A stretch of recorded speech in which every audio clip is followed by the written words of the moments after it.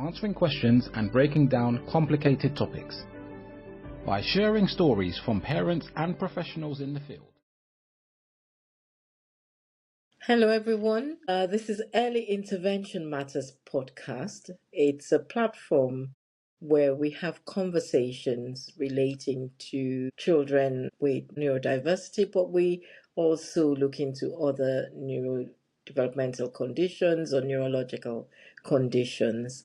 I am Dr. Ian Takon. I'm consultant neurodevelopmental pediatrician, also specializing in epilepsy, as you would see from our conversations today. And I'm the host of this podcast. So I'm really pleased today to have Mike Gomoll, who is going to introduce himself. But this conversation we'll be having today centers around Mike and the family's journey. In 2005, a 7-month-old boy had his first seizure.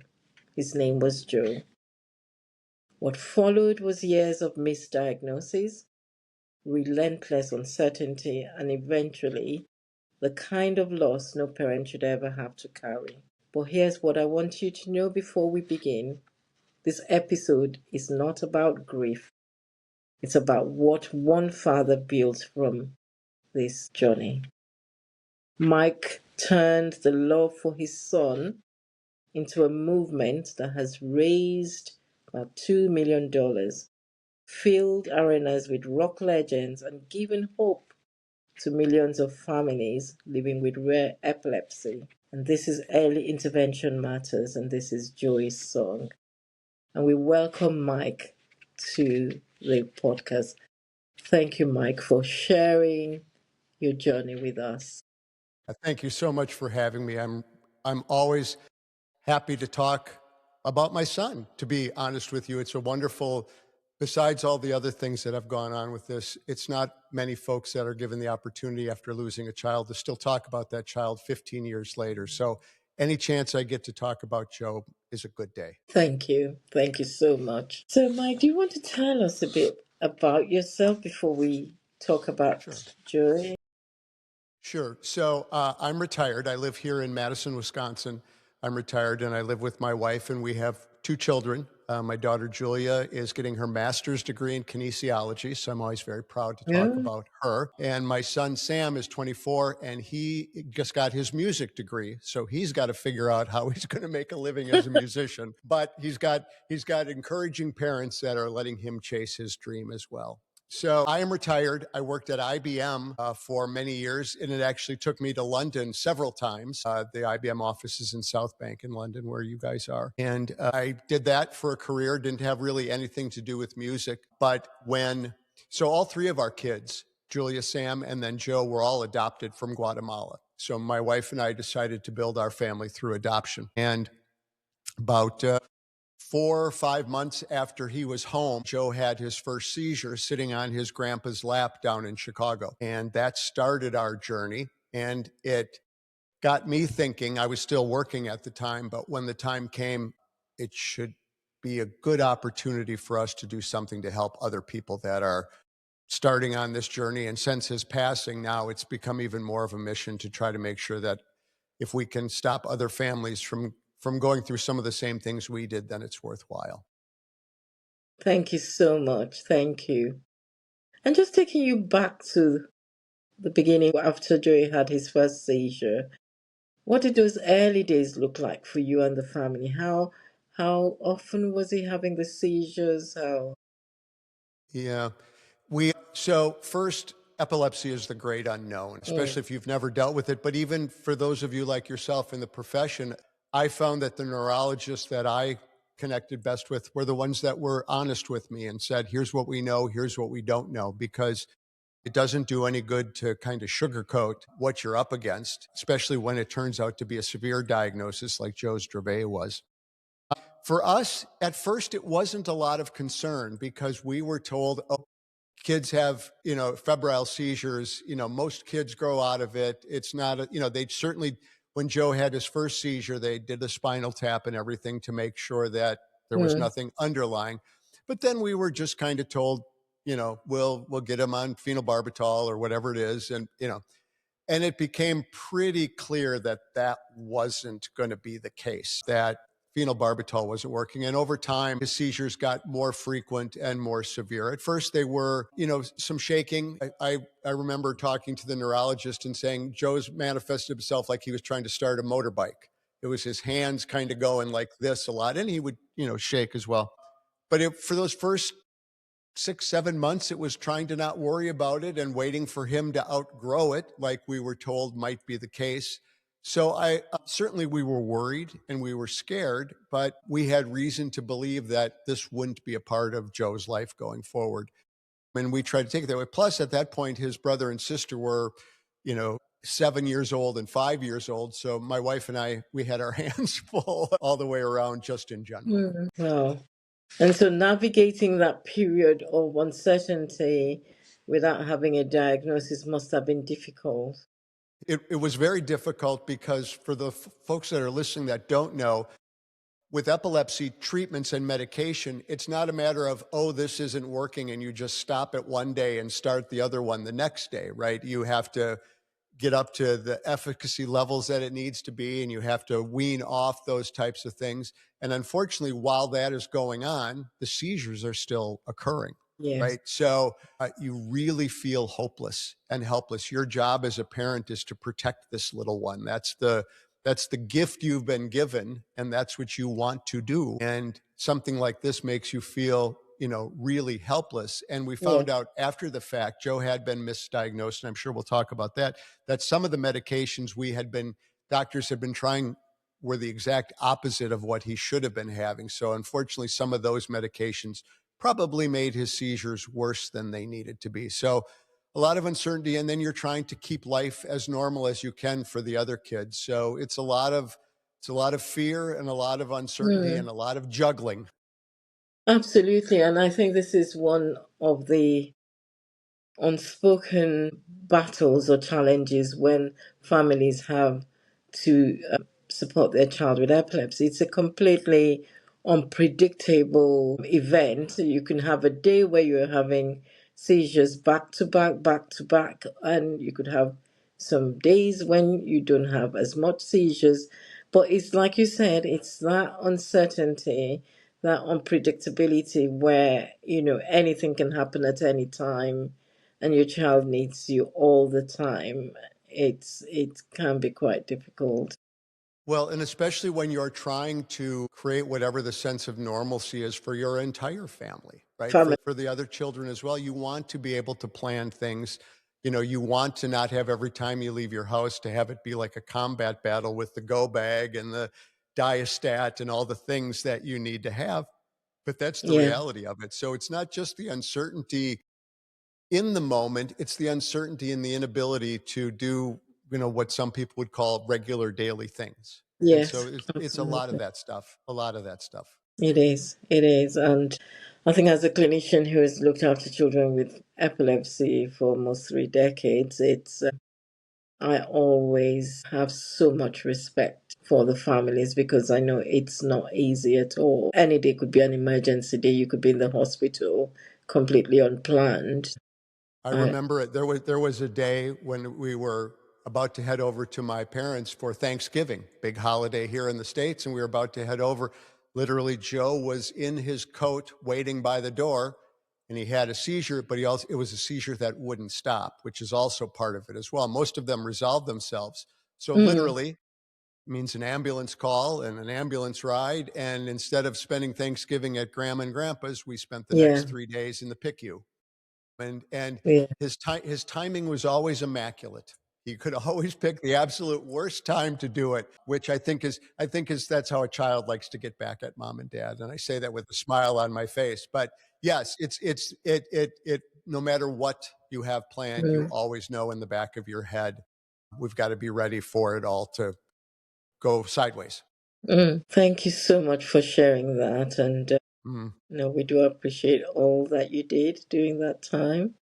And we do know Joe ended up having a diagnosis of Dravet syndrome. This is rare, often sometimes misunderstood. So, do you want to just describe to families about what Dravet syndrome is? Because Sure. Yeah. So I'm going to give you my best guess at the medical side of it. What I Yeah. was told, and please correct me, but that the sodium channels in his brain, and that's well, first of all, people need to understand what epilepsy is, and I'm going to talk about it Yeah. in layman's terms. Just about everybody these days uses computers. And we all know, although they're much more reliable than they used to be, back in the early days, you'd get that blue screen when something would Mm, go wrong. And it was usually because the computer was trying to do two things at once, and the processor mm, just went, nope, nope, we're going to stop. That's how I describe epilepsy to people. The brain's trying to do two things at once, or it's trying to do something, it's a command it's not supposed to do, and the brain mm, doesn't know what to do, and it just shuts down. And the way that it shuts down, what I believe is it's telling the body something's wrong, stop whatever you're doing. Your entity feels threatened. And so it shuts it down and you drop to the ground, or whether it's an absence seizure or whatever it is. I believe that's what epilepsy in general is. And there's lots of, I also say to people, there's not just an epilepsy, there's the epilepsies, right? Because there's just as yeah. many causes as there are manifestations of it. You know, Joe's happened to be that drop to the ground, you know, shaking one, but there are absence seizures, and there's lots of different ways the body and the brain try to protect itself from this incursion that's going on with it. So that's epilepsy in general. And so it can be caused by head trauma or a tumor or lots of other things. Joe was caused by, at a chromosomal level, the sodium channels weren't delivering the information the right way. And it would cause him to, like I said, in most cases, just drop to the ground and shake. Most of the time it would resolve itself in a minute or 2 minutes. But when it didn't, we would then try the rectal diastat, which was the next step. And when that didn't work, then you place the call to 911 and all the things that went on with that. So, you know, Gervais was hammering this poor little guy's brain constantly. Those seizures were, you know, every time that happens, it's not good. It's not what's supposed to be happening in the brain. So that in general is debilitating, those frequent and severe seizures. And then Gervais kids, at least 15 years ago, I know there's been some progress made, also tend to be nonverbal, and there's lots of other developmental delays that go with it. And those first couple years before we ever heard the word Gervais, we were just trying to figure out what was going on. But mm, I think the prognosis has gotten slightly better for kids with Gervais, yeah. but it's still not great. Yeah. I think you said it correctly. You've said it 100% correctly. You've got nothing Yeah, to add to this. You've described what is happening with the brain shutting down and just not communicating, right. and it can be very difficult. And now, because of all the advances in medicine, there's a lot of things happening in terms of understanding more about different forms of epilepsy. So Dravet is caused by a specific kind of genetic defect which affects the channels in the brain, the sodium channels that you've talked about. And a lot of children, and you've described this as well, will not just have just the epilepsy, but they have all the developmental difficulties.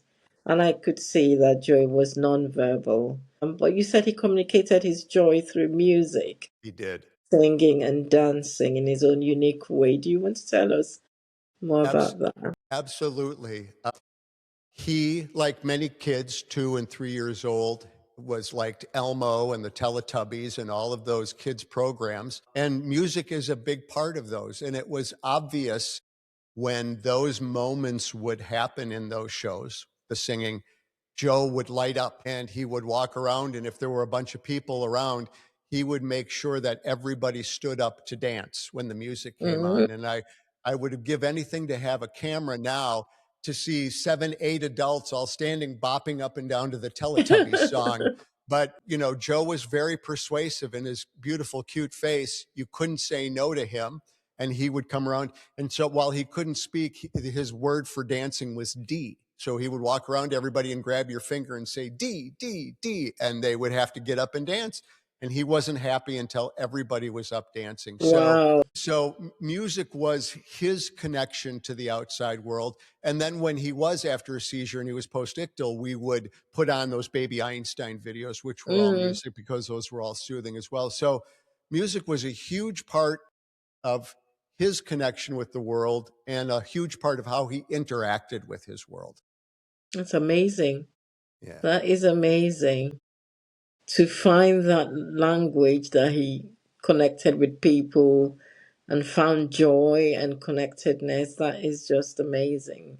Yes, he for all the things that life threw at that little guy, he Mm, was always as happy as he could be and was always looking for fun. And that as a parent is one of the big things you can ask for your child. it's just great memories that goes with Absolutely. you. See, Yeah. that's what I said earlier. I get a chance to talk about my son. This is a great Yeah, job to have. this is just, well, it's amazing, just to have that memory of him finding joy in something that he used in connecting with other people. Yes, And those are precious, precious, precious absolutely. moments that, And that's why, to do our fundraising, we chose music. And that's why it's called yeah, Joey's Song, right? Because there's yeah, Elmo's song, then Elmo's. So we chose Joey's Song as kind of yeah, a tribute to that. So it really has turned out a fitting way for us to do our work with yeah, something that Joe connected with. that's great. So Mike, how did things then go till the point where Joey then passed away? Did the seizures just continue, and how was that moment going for you and the family? Yep. So this was 15 years ago, and the treatments for Dravet there was really nothing. A drug called stiripentol had just Yeah. made its name, but at that point it was being imported from Russia. It was just something that we had found right before Joe passed. So we really never had never had control of his seizures or really much relief from his seizures. So we were actually, preparing ourselves for a life of having 24/7 care. Mm, And his passing actually happened. We tried to give the other two kids as normal of a life as we could. And so every mm, spring break, I would take them somewhere for vacation because they did need to go somewhere too. So I happened to be down at Disney in Florida with my two young kids when Joey had passed, and got that call from my dad, actually called from the hospital or the emergency room. And I'm not sure it really sunk in, to be mm, honest with you. It woke me up in the middle of the night at a hotel room. And mm, I'm not sure. I think I tend to be a pretty practical person anyway. So I think I was just asking questions. And I think I honestly, I haven't thought a whole lot about it, but I think my first response is he's not going to suffer anymore. Right. mm, I can't imagine the terror and the fear. I mean, I've mm, never had a seizure, but so I think that was kind of my first reaction. And I woke the kids up. They were sleeping, and I think they understood. It's hard to know what kids at age, 9 and 7 really mm, get. mm, And obviously, all I could think about was my wife, because she was back here with Joe and with him during his passing. And so we turned right around, and we were very fortunate to be at a place like Disney where they have the resources. They arranged a plane and a car and everything to get us to the airport. And by 6 o'clock that morning, we were heading back to Madison. So it was obviously very difficult. And like I said, his passing was kind of a mixture, and I'm sure the percentages of this changed from grief to a little bit of relief that he wouldn't, because as I said, the prognosis was not going to be good. It wasn't yeah, like, oh, in a couple more years, it'll be great. yeah, So a whole, potpourri of different thoughts and feelings, and kind of weaving back and forth in mm, between them all. yeah. And how was the rest of the family? How were your other Yeah. children? Because sometimes it's very difficult when siblings have another sibling having seizures and having to go into hospital back and forth. Yeah. They certainly knew something was wrong. Mm, I'm going to guess at the time they didn't quite understand how severe it was, because they would see him most of the time having his seizures, and as I said, them, rectifying themselves and everything. mm, And when they didn't, it was, the ambulance would come, and unfortunately, after a while, the ambulance people knew what to expect when they got here, right? So there wasn't a whole lot of that. Okay, what's going on? they knew Joe, and we kind of almost had a protocol down. So, they knew that things weren't the way that they should be. Certainly Mm, with his passing, I mean, I know we had left for Florida 5 days ago, and when he came back, he wasn't here, and they understood what had happened. mm, Obviously, well, not obviously, but my wife took it hard because she was his primary caregiver. Basically, the way that we had decided was the optimal way to do this was, I took care of the two older kids, most of mm, the time, and would make sure that they were at a baseball practice or karate class or got their mm. homework done. And my wife would take care of Joe. And I'm sure that there's some psychological thing of a caregiver when you devote 24/7 to Yeah, something, any person that you care about, and all of a sudden that task is gone, let alone a it being huge your sense child. of loss. Yeah. Yeah. So it had been a struggle for her. She's doing much better now, but Mm, it was tough, and understandably so. There's no manual for grief, and there's no manual for how we're supposed to no, handle all this. no. It's been a very long journey with his seizures and all that to that Correct. point as well. So Correct. how did you then navigate that process, and when did you start all coming out of it and then Yeah. thinking we need to do something for I'm a Joy? I yeah, I don't know how to say this. I'm a pretty practical person. I tend to, I like to try to solve problems. And to me, this was just another problem to solve. And upon his passing, how do I get us as a family where we need to be? I can't say I did it very Mm, well. I did it. I mm, can't say it was always smoothly, but I did it. mm. So that's how I deal with things in general, whether it's, the furnace breaking down or, whatever the problems are, and I know we men are notorious for trying to solve problems and not always listening to the problems. There's a bunch of cliches around that. But that was the approach that I took, is to make Mm, sure that my wife was as good as she could be and my kids were as well. Uh, mm. and I think that helped me because it gave me the ability to focus on others. And I don't say that to appear selfless or any of that. It's just, it was a good distraction to make sure that Julia and Sam were okay, and to make sure that my wife Nori was okay as best they could be, and move it forward. And then part of that became, I needed to make sure I did something to try to minimize what other people might be going through. So I think Mhm. and the timing, after several years, it was time for me to retire anyway. So I could jump into this part of my life, this Mm. fundraising, this helping thing. So it was fortuitous timing on that front that I'm not sure I could have continued working, because your perspective on life certainly changes with something like this, and what seemed Yeah. important before doesn't quite seem so important afterwards, and you Mm. kind of So you were refocus. still doing your full-time work then? Yeah, for a while I was. I 3 or 4 years after his passing, but then Okay. I was fortunate. The timing was right for me to not do that anymore. Step So, back. Yeah. yep, to step back. And then Yeah. and then we had started this foundation as a small little thing, and it just started to get some momentum, and it was a good thing to throw myself into. But I was fortunate that I had something like that I could jump into. Yeah. This has definitely unequivocally been a part of the healing process. Healing for Absolutely. you. Yes, Yeah, I think just doing absolutely. something towards a good cause as well. Absolutely. Yeah. Yeah. And you said it started small. So how did it start?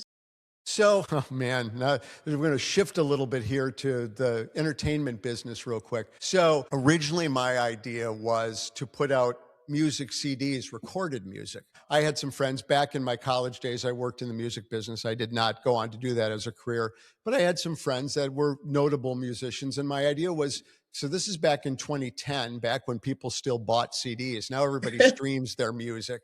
And so I got these CDs together, and they were a lot of work, and they didn't sell very much because nobody was buying CDs. But my hope was raise $500, write a check to the Epilepsy Foundation, and feel like, Joey's loss, something good came out of it.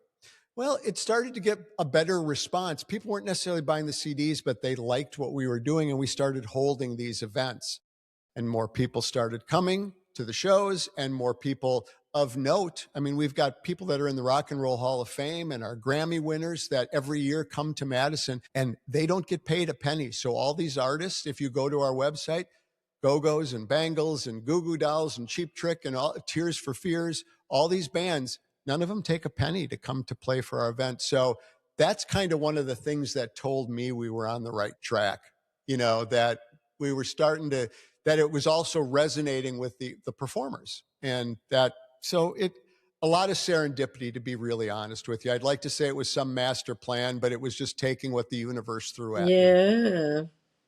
Yeah, Joy's heart Yep. of love is what has carried that through. And people feel that. I honestly believe that. Yeah. Well, that is just amazing. And just to see how you started and what it's grown up to be and all that. Yeah. So It's have you very met a lot fulfilling. of people? Have you met a lot of people with Dravet along the line? Yeah. Oh yeah. With Dravet and epilepsy in general, especially parents. I get lots of notes and, lots of people thanking me, which they shouldn't be doing. I should be thanking them for their hard work that they're putting in, because they're the people that are still fighting the fight. But I get a chance to, kind of do that. What would you do differently kind of stuff when people that are in the middle of it. And I've got responses to all of those things as well. But yes, lots of folks with Dravet, and I worked with what was Greenwich Bioscience, which is now Jazz, and they've got the cannabinoids, and they've got a lot of Dravet success stories, and so they're one of the folks that helped me with what I do. So they've connected me with some Dravet families as well. So I have met more people than I wish I would have, to be honest with you, because I wish so many people weren't dealing with this. But we're working on it. We're working on it. I know, but I think it's the hope. There's always something about the hope that you bring to other people going through that journey, and that's the power of connection. And again, as we were talking, I'm just thinking, this is Joy again, who love people to get up and dance and make sure that everybody go up and dance. This is him continuing that legacy of you doing what you're doing. Absolutely.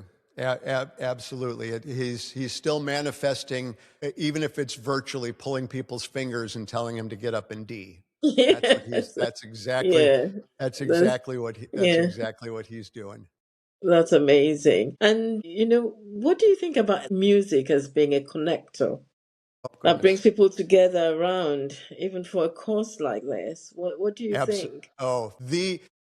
Unequivocally the most powerful connective force in the universe, because it transcends language, it transcends social status, it transcends to me, it connects people on a person-to-person level, right? And most people connect to music on very personal ways.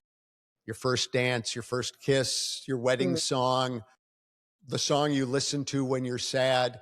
Music, it's cliche, but it is such a soundtrack to our lives. And music can be so personal. It can be disposable too, but music can be so personal that it's a way for people.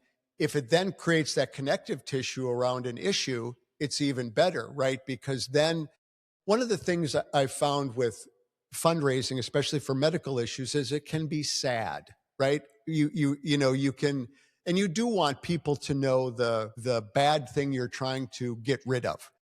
But if you can do it in a way where people feel joy in the moment that they're helping, I think there's something to that. What I say to people is, what we do is serious, how we do it is not, right? I mean, what we're doing is very serious, but our events, certainly we scatter information around because there's a lot of people that come to our events that know nothing about epilepsy. They come because they like those artists. It's a great chance for us to create some awareness, but we don't hit people over the head with it. We let them know that this is really bad, and that's why we're doing this. But it's a joyous event. It's full of celebration, and it's full of all of that. And that's what music can be, and that's what it should do. And it, like I said, it connects people from every social class and every ethnic class, and all the different permutations of our society can join together, and that's kind of what we try to do. So I think it's the greatest connector.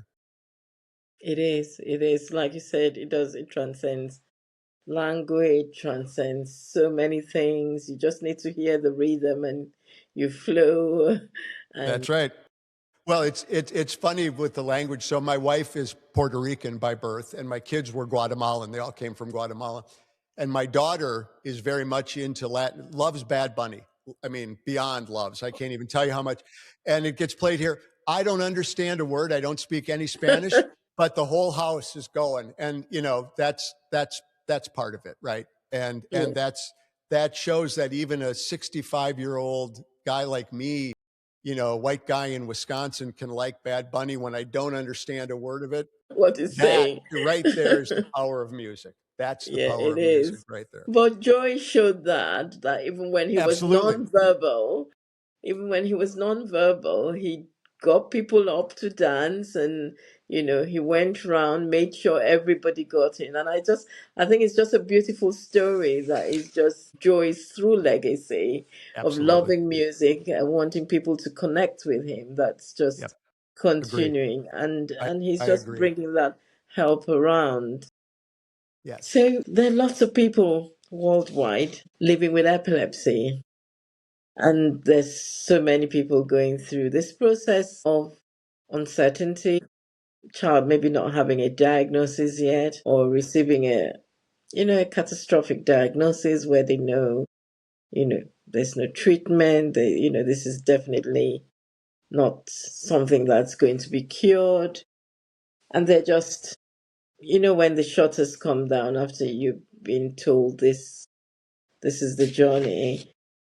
What message do you want them to hear? What would you want them to hear? So I have two different messages. One is for the caregivers of those people, and that is make sure you take care of yourself. The person with epilepsy is dependent upon you.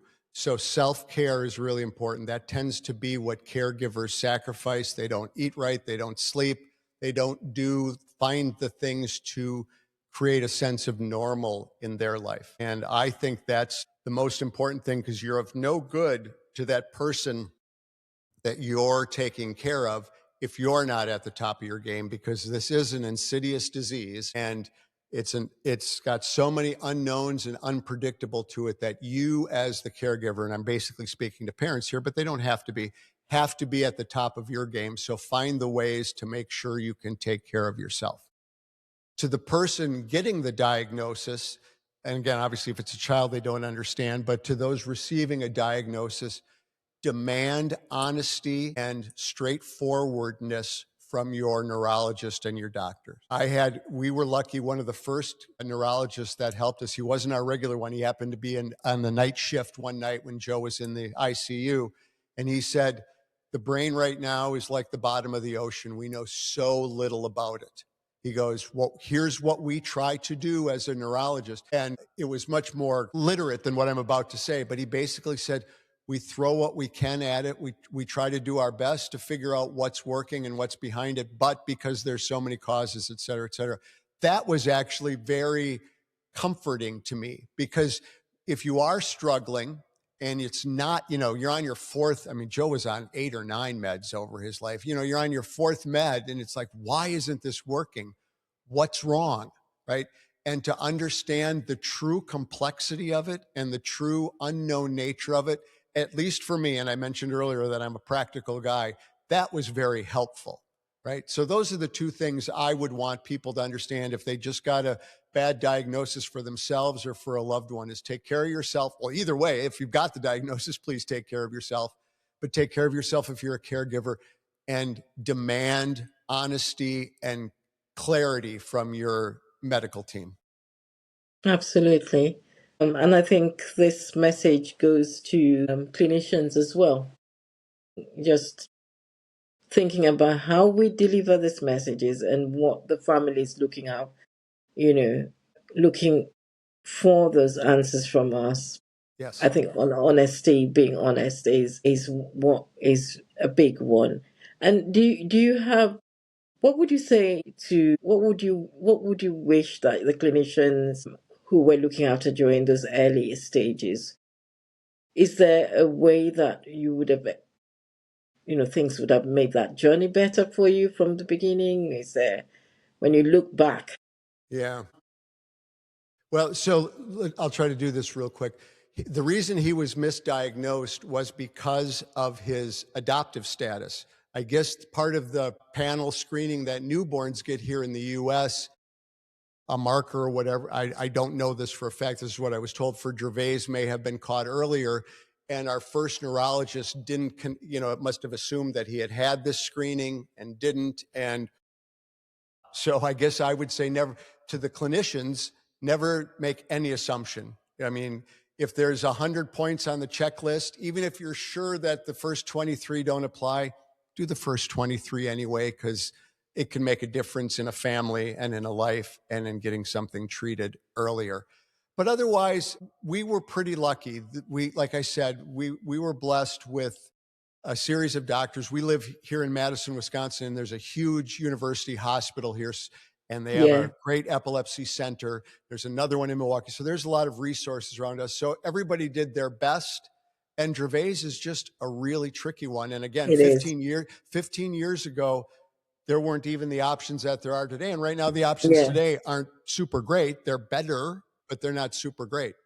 So. Thank you so much. And I think this is a message that, because sometimes we as clinicians can become very wrapped up in just, looking at trying to find out what is wrong, but not really thinking about the families, how that process and that journey is for them, and the uncertainties that they're hearing. Yes, agreed. And I think it is always good to consider these families are going through a journey, and your other children as well.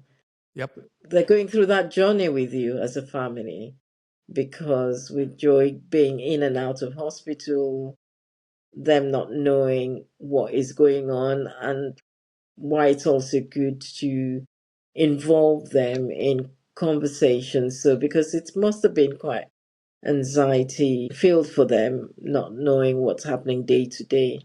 Right.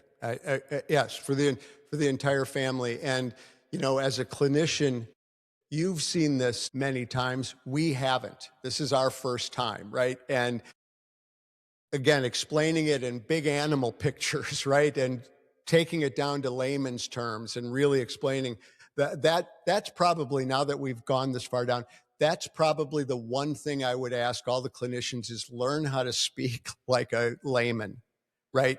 Because the shorthand that any professional does to quicken the conversations between the two professionals is great. But when one of the people in that conversation isn't the professional and doesn't know what an EEG is and an MLK and an OBG and all those other things, but so that would be, if I could say one thing to clinicians, it's work on your speaking to the milkman speech as opposed to another clinician. Thank you so much. That's really good, and it's something that we have to reflect as clinicians all the time, because our messages are they getting through, and right, what we think we've just communicated to the families, is it getting through? Are they understanding? Do they really understand the process, understand the journey? So thank you so much for for saying that. Yep.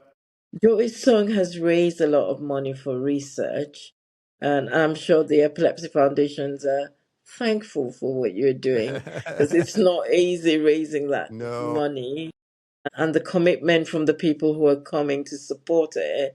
It's just, I hope that families are benefiting from that research. And I say to people, whenever they finally announce, specifically for Dravet, but when they finally announce an effective treatment for cure, nobody will convince me that we didn't buy that last test tube that the really smart lady in the lab coat mixed together, where she was able to go eureka. No, I in my heart, I will know that if it hadn't been for us, she wouldn't have had that test tube to pour it in. And that's why it's quite a lot of that's why every penny counts and everything, because you never know who or where or what will turn that switch. Unlock that switch. Yep. Yep. Absolutely. Your story is really one that's very encouraging for the journey, but you persisted. And I think one of the things that you showcased in the conversation is the way you work together as a family, so that you were going through this difficult period, but you also recognized the needs of your other children and made sure that you were also being there for them as much as you could. And I think the ability to, speak and say, you have to support the other two. Your wife was Joe's main caregiver. Right. Very tough, but at least as a family, you were able to support each other to make sure that you carry the whole family along. And it's Well, been and a very, yeah. yeah, I think the other thing too is my wife and I are still together, and marriages often are torn apart after the death absolutely. of a child, and we're still together 15 years later. And so I think I will take a little bit of the hurrah for that, because she and I Well obviously done, have had to man. work on it. Yep. So Well done, man, because I know as a clinician, saying families, I do see lots of family breakdowns. It's something I yep. commonly see. So, you have showcased a lot of positive strength, which I know lots of families listening to this will learn from. It's your dedication, it's your resilience, it's your positive approach, even your practical way of looking at things and not throwing the towel and saying, "Oh, that's it," but looking at how something great like Joy's song has blossomed from this. Which when you keep describing Joy being nonverbal but still being able to communicate, and it just shows to me that that legacy is living on, I, and that's the legacy that lives on. Yes, it's Joy funny is not with us anymore. you mentioned the dancing part. I had not made that connection after all these years of doing it. If this is Joey virtually grabbing that audience's finger and telling them to Yeah, dance, that's a yeah, beautiful picture, and I had never made that connection until you said it earlier. yeah. That's the picture I got through when you were Yeah. describing that Yep. you got everybody to dance. Yep. And no, it's just wonderful. It's just wonderful. So thank you so much for your dedication. Thank you for sharing this story, because for me it's meant a lot listening to Joy's story. And you know, I almost feel like I knew Joy from just, picturing the who he was from how you've described him, but just seeing the beautiful thing that you have done and the Thank you. families that you have reached out to, many, many, many families who through Joy would benefit today. That it's been amazing. And again, we've talked about the power of music and the connections from music, and how it transcends any description, any Yep. race or Yep. color or Social class, or yep. social Yep. class. It's just amazing. So thank you so much for all you do. And I hope that Joy's song continues to blossom and blossom. I think like you said, you didn't know this was going to be this way, but it just shows it was for a good cause. And, and that's why you're helping people. It was for a good cause. It was from a genuine heart. And Joy is helping people. He's doing that through you. So thank you so Yep. much. And Thank thank you you for for this lovely story that you Yeah, have well, thank shared you for with us. letting me. Like I said, when we all started this, it gives me a chance to talk about my son. There's nothing better than that. So Yeah. Well, it's been an amazing time to hear about Joy. So thank you so much for sharing. thank you. Yeah. Thank you.